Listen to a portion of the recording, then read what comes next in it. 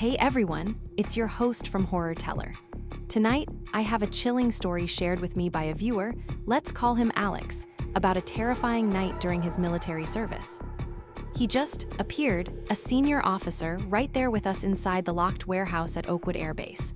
Keep a good watch, he ordered, his eyes intense. Tomorrow is a big job. We spoke with him, followed his commands, only to discover the next morning, the man giving us orders was already dead, his body inside one of the very crates we were guarding.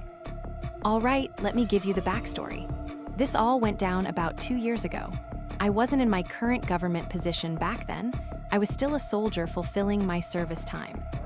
You see, at Oakwood Airbase, having soldiers on guard duty is just a regular part of the routine, 24/7. But this particular shift was different. There were special missions being assigned for the day.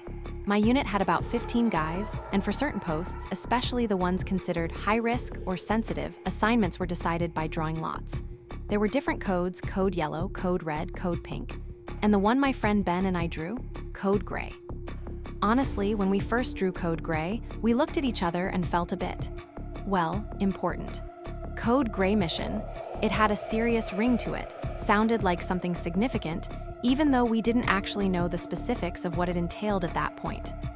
Our assigned post required 2 guards, and it was definitely considered one of those sensitive spots. It was located deep within the airbase, down in the basement level. This area is usually restricted, used for handling cargo unloaded from planes, you know, the section with all the conveyor belts, forklifts, and service tunnels. Specifically, we were stationed right outside a large, windowless warehouse used solely for storing goods. It was just Ben and me, guarding that door in the quiet hum of the airbase basement. So we were there, doing our rounds, guarding the warehouse door. The basement was quiet, mostly just the low hum of ventilation and maybe distant sounds from cargo handling areas. Hours ticked by. Then, somewhere around 2 a.m., maybe a bit past, things took a turn. Suddenly, right before our eyes, the heavy warehouse door we were guarding creaked open, and a figure stepped out. It was a senior military officer, dressed head to toe in combat fatigues, the rank insignia on his uniform indicating he was high up. Ben and I instantly stiffened, snapping off a salute. But my brain was screaming, we knew that door was locked from our side. How could someone just walk out? "Sir," I stammered, trying to sound respectful despite the shock. "How did you get inside, sir?" He looked at us, his expression unreadable in the dim light. "Oh, I've been in there a while," he said nonchalantly, "just doing an inspection." Now you learn quickly as a private. You don't interrogate a senior officer, especially about something as bizarre as appearing from a locked room. Questioning orders or authority, particularly superiors, is a fast track to serious trouble. So we clamped our mouths shut. He gave us a hard look. "Listen," he commanded, his voice low but firm. "You two keep a sharp watch tonight, understand? Tomorrow is a big job." With that, he turned, walked down the corridor, and just seemed to melt into the shadows. Gone. Ben and I exchanged wide-eyed glances. "How the heck did he manage that?" I whispered. Ben just shook his head. "Doesn't matter. Don't ask questions you don't want the answers to. Let it go." Maybe 20 minutes later, he was back, appeared just as suddenly. "Hey, you two," he called out. "There's coffee down the hall if you need it. Might want to stay alert. Like I said, big day tomorrow." We just mumbled, "No thank you, sir, we're all right." He gave a curt nod, "Suit yourselves," and disappeared again. It wasn't long after his second departure that our radio crackled to life. It was Sergeant Miller, our shift supervisor. "Alex, give me a sitrep." "All secure, Sergeant," I reported. Nothing unusual, although we did have a senior officer pass through for an inspection a little while ago. There was dead silence on the radio for a beat, then Miller's voice came back, sharp, almost panicked. "What? Senior officer? Who? What rank?" Hearing his reaction, my first thought was actually, wow, this code gray thing must be huge. It made me feel important, strangely enough. I described the officer's rank as best as I could remember. "Right, okay," Miller said, his voice tight. "Just stay alert, maintain your post." But he sounded rattled. Sure enough, maybe 10 minutes later, Sergeant Miller himself came hustling down the corridor towards us. He looked pale, his eyes wide. "This officer?" he demanded, almost breathless. "What did he look like? Tell me his rank again." He kept glancing nervously towards the warehouse door. Even seeing him like this, it still didn't register that something was truly wrong. I figured he was just stressed because the mission was top secret and high stakes.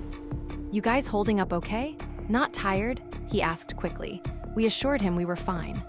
"All right then," he said, casting one last worried look around. "Just keep watching."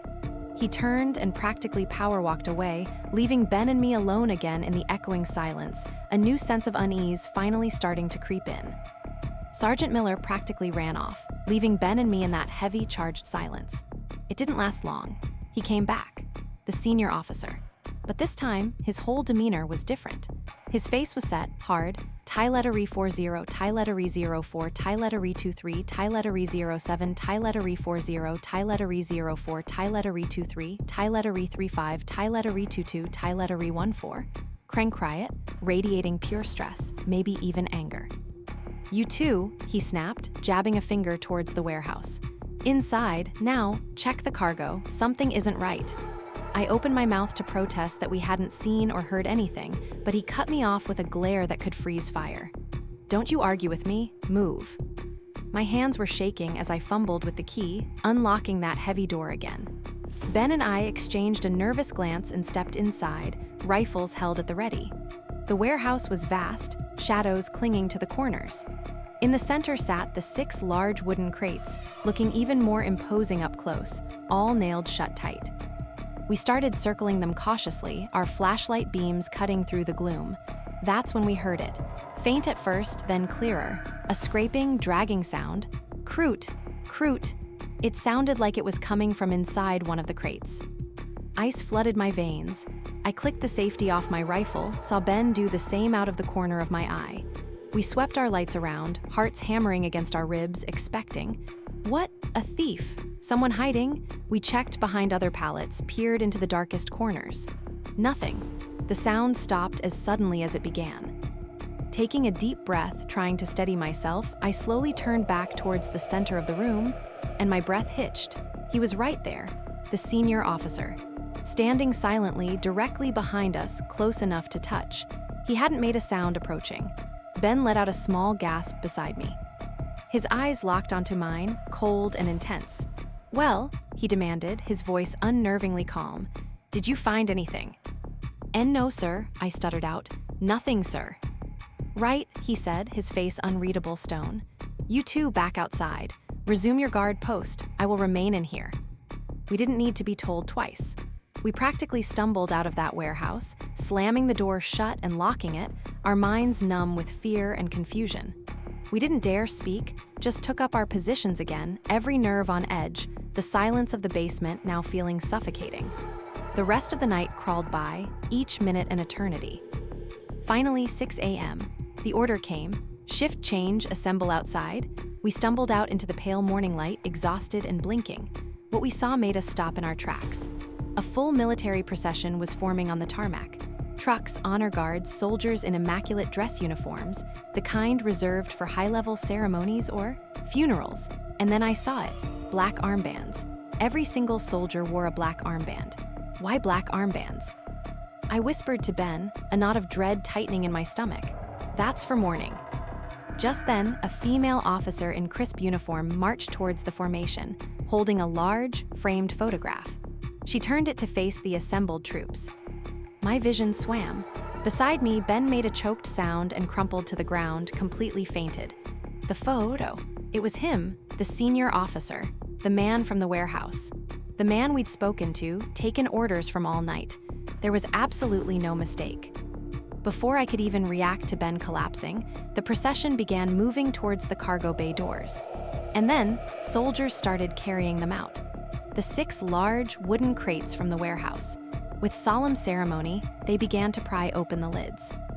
My gaze was fixed on the crate directly in front of me as the lid came off. Inside lay bodies, 6 bodies covered respectfully, and there, lying still and pale, was the senior officer. Same uniform, same face, but lifeless. Dead. He had been dead the entire time. My rifle slipped from my grasp, hitting the tarmac with a loud clatter. I didn't even register it. Protocol, fear of punishment, everything vanished. A single, terrifying thought echoed in my mind. Who Or what? Had we been talking to all night long? I just stood there, rooted to the spot, shaking uncontrollably, staring into the empty eyes of the ghost from the warehouse. Did this story give you goosebumps? Let me know in the comments. And if you want more scary stories like this one, please give this video a like and subscribe to the channel.